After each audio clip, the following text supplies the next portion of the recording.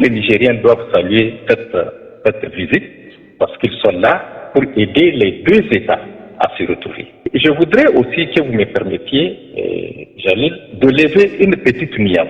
Quand on parle de médiateur, c'est-à-dire un médiateur n'est pas synonyme d'un négociateur. Non, ils ne sont pas là pour négocier, pas du tout. C'est-à-dire dans une crise, par exemple politique ou une crise sociale, le rôle d'un médiateur, c'est d'abord l'écoute. C'est-à-dire que le médiateur, il vient écouter les parties. Supposons qu'ils soient là au Niger, certainement qu'ils vont écouter les parties concernées par la question. L'autre rôle du médiateur, c'est de guider les acteurs dans d'éventuels échanges.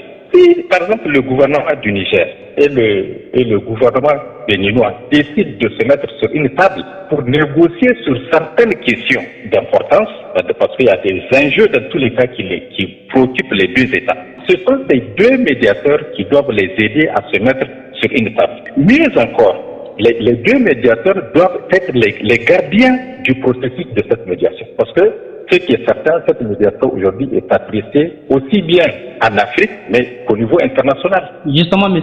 Fakadi, vous étiez resté directeur de cabinet de la médiation de la République du Niger pendant pratiquement 7 ans. Alors, quelle est la pertinence d'une telle médiation à votre avis? Une telle médiation a pour rôle de tenter de rendre chaque partie ouverte à l'opinion de l'autre. Parce que les positions sont figées.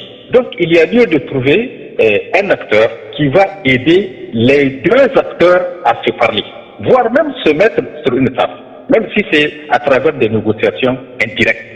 C'est ça que nous apprécions.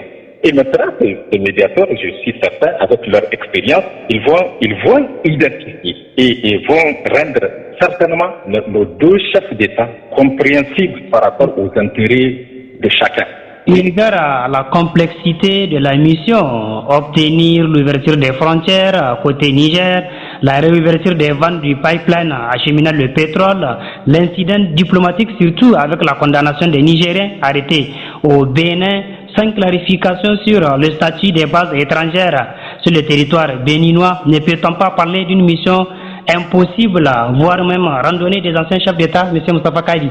Vous savez, en matière de dialogue, je dis bien en matière de dialogue, lorsqu'il y a une volonté d'aboutir à une solution, il n'y a rien de complexité. Cette médiation n'est pas difficile à conduire. Il suffit simplement que les deux chefs d'État se parlent.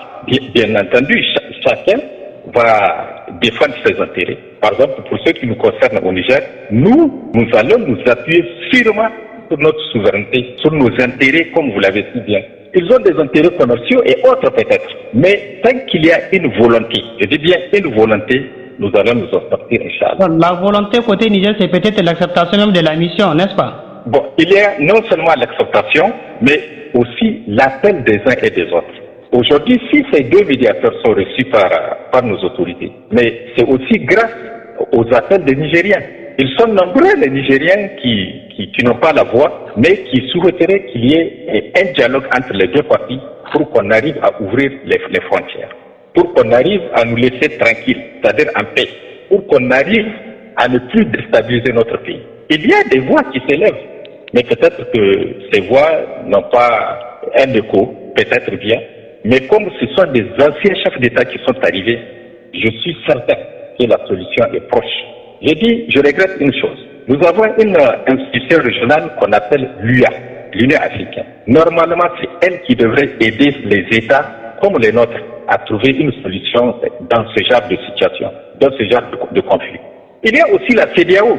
Même si le Niger ne fait plus partie de la CEDEAO, mais le Bénin est membre de la CEDEAO.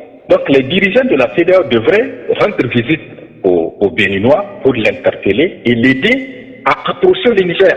Parce qu'entre nous, c'est-à-dire Nigériens et les Béninois, je ne pense pas qu'il y ait en tout cas un quelconque problème qu'on peut aujourd'hui dire qu'il est difficile à résoudre.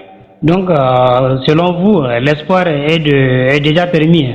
Oui, nous pouvons dire que l'espoir est là si la volonté suit, mais aussi les uns et les autres doivent accompagner ces deux chefs d'État. La médiation n'aura-t-elle pas mieux faire en impliquant, par exemple, l'un des anciens chefs d'État du Niger? Bon, ça, c'est au niveau de de ces deux anciens chefs d'État de prendre la décision. Et il ne nous revient pas de les interpeller dans ce sens. Peut-être qu'ils sont même en contact avec l'ancien chef d'État. Dieu seul